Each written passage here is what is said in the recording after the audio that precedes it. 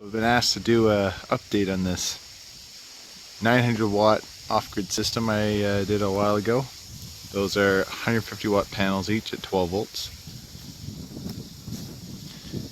And I'll show you inside.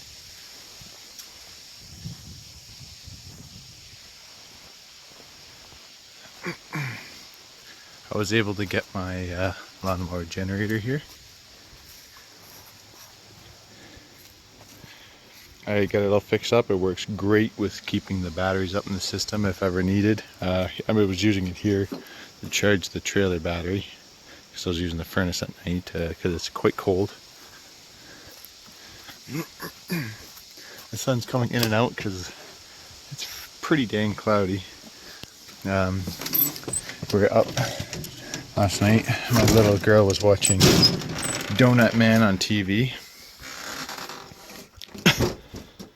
And right now, I didn't show you this, but I have my trailer plugged in to the house, going out to my trailer, charging the battery and running lights and water pump and whatnot. But so here's the system. It's been upgraded ever since. I upgraded it with this Morningstar PWM. It's nothing super special. It can handle, I believe it's 45 amps. Right now we're bulk charging at 15, 16 amps. The sun is way past its peak. We had our peak at about 11, 12 o'clock this morning because it's real late in the year. And the way these panels face kind of southeast, a little bit more east. So they only get their real good peaks in the summer. These are my wires I use to come in to the house. These are 3 strands of 12 gauge wire, which are right here. I use them all in parallel to make like a thicker run because this whole build was extremely budgeted. So we used extension cord. So we use the ground, the negative and the positive on all these. So we wire them all up together to get a nice, fairly thick run of cable for very cheap. Like I got 100 feet for, I think it was $60. So that was the cheapest way we could do it. And that runs into here. They're rated for 15 amps. So it's well within their range. And then coming out is the exact same thing. This is not a MPPT, so the wires coming out will not have any more current than the wires going in.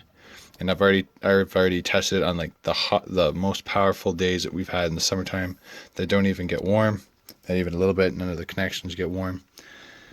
This is their internet piece, but this is the Eliminator pure sine wave inverter, 1000 watt. This is actually my old inverter. This is a really good inverter. I highly recommend it. This thing's been running 24/7 for 2 years now. And I had it for a year before that, and I used and abused it. I did a lot of stuff. These are the same Unity batteries I have at home. There's only 5 hooked up here. This one's not even hooked up all that well. It's just got, this is fairly adequate. This is number 4, but this is like number 6 or 8. It looks like they just threw this in just to add some extra capacity. It's not like this wire is going to burn up or anything because that's only 1000 watts pulling out of these 4 batteries, which will get pulled down first because this wire has a little bit extra resistance. This battery will be the last to die.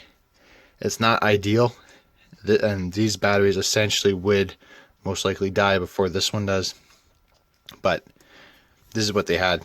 It looks like they needed just a little bit of extra power, so they added another battery. This is not a big deal at all. Some people make a really big deal about this, but this works just fine. These will never get hot, not with a 1000 watt or 1000 watt inverter. Well, the system's working really nice for them. They run a fan to keep circulating the air. So now we're on top of the roof, getting a close-up of the panels. They're 150 watts each. And I just used a aluminum piece of L bracket. This was about 14 feet long. I just cut into sections, used self-tapping screws and caulking. Put a big blob down, then put it down. They haven't had any leaks this way.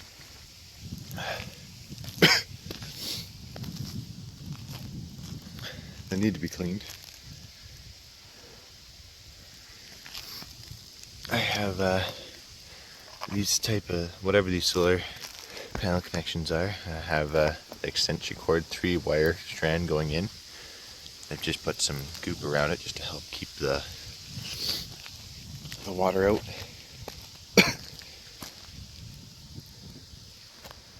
And then they go down the roof. I have them pinched by this piece just to keep them from going anywhere. And they go down.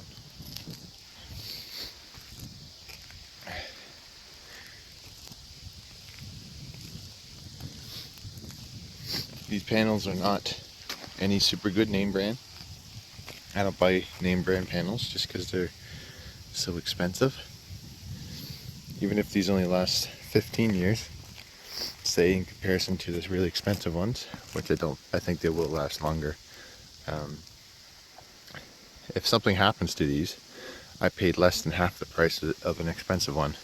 I got these for about 80 cents a watt or something like that. 12-volt panels are more money because they're harder to find, so you pay a bit more for them. I usually pay about 70 cents a watt, but these ones were 80. And they've been working really well so far. They've been up for, I believe it's been 2 winters with heavy snow loads because we're way up north. So they're handling really well. These smaller form factors of a solar panel actually work better for the way I attach them, just because they don't have as long as a span in between, not as wide, so they can support more load. And they've done really well so far. I'm very happy with the system. As of right now, peak during the day when the sun hits to about here, I'll be putting out peak power and we'll be getting about 36-37 amps. Middle of summer we'll max the controller out pretty much at 45 amps. And the system works awesome. Very happy with it. Maybe later tonight I'll show you the system in action, running some stuff. Thanks for watching, guys. So after a night camping in the trailer, we have a propane furnace which takes some power just to run the fan and lights and the pump. So we're charging the batteries, the lawnmower generator. Let's see if you can see this here. See the plastic.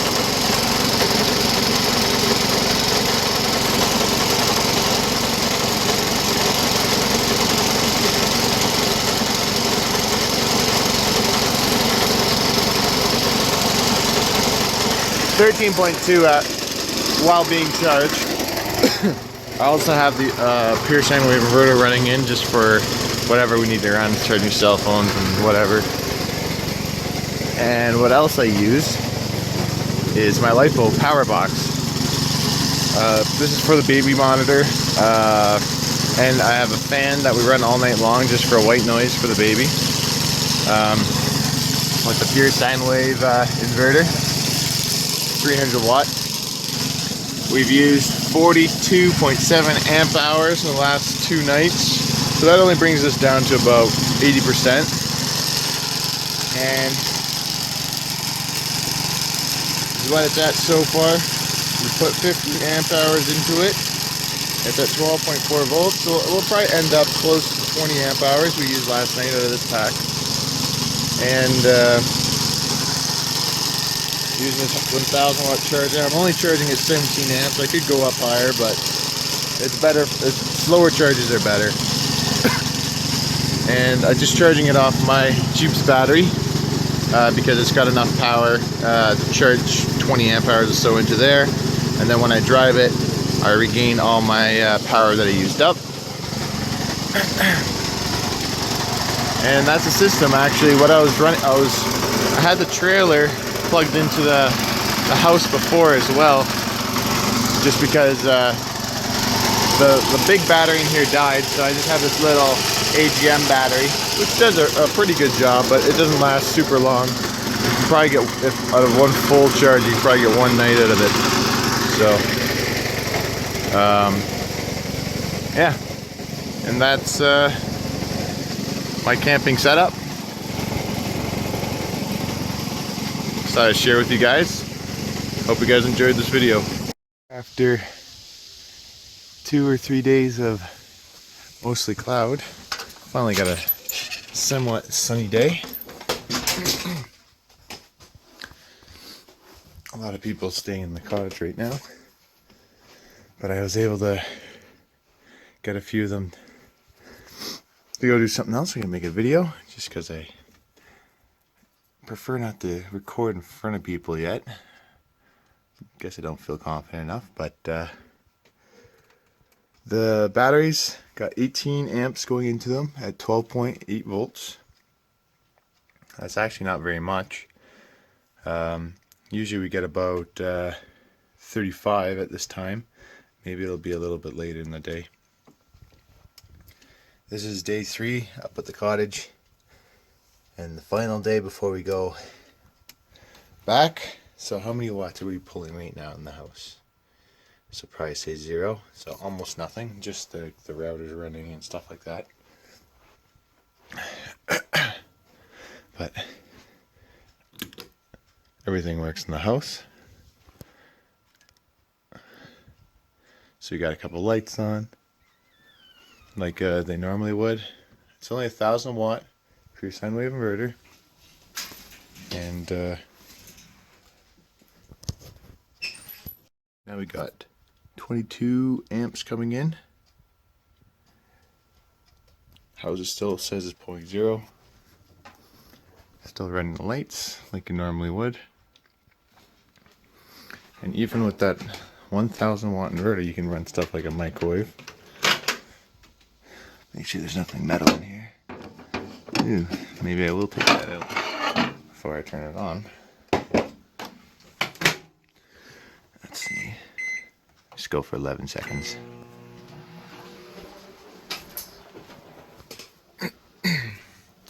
Instantly brought the voltage down. Okay, so this says we are taking a little over 1,000 watts. I'll kick it on for a bit longer just because it ended too fast. Let's go 20 seconds.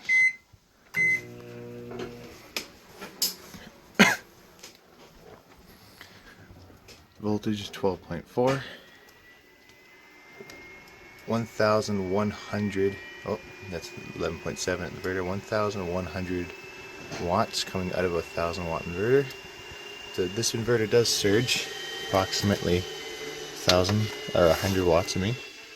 So, and the fans kicked on, and that's it for that. I'll unplug it again.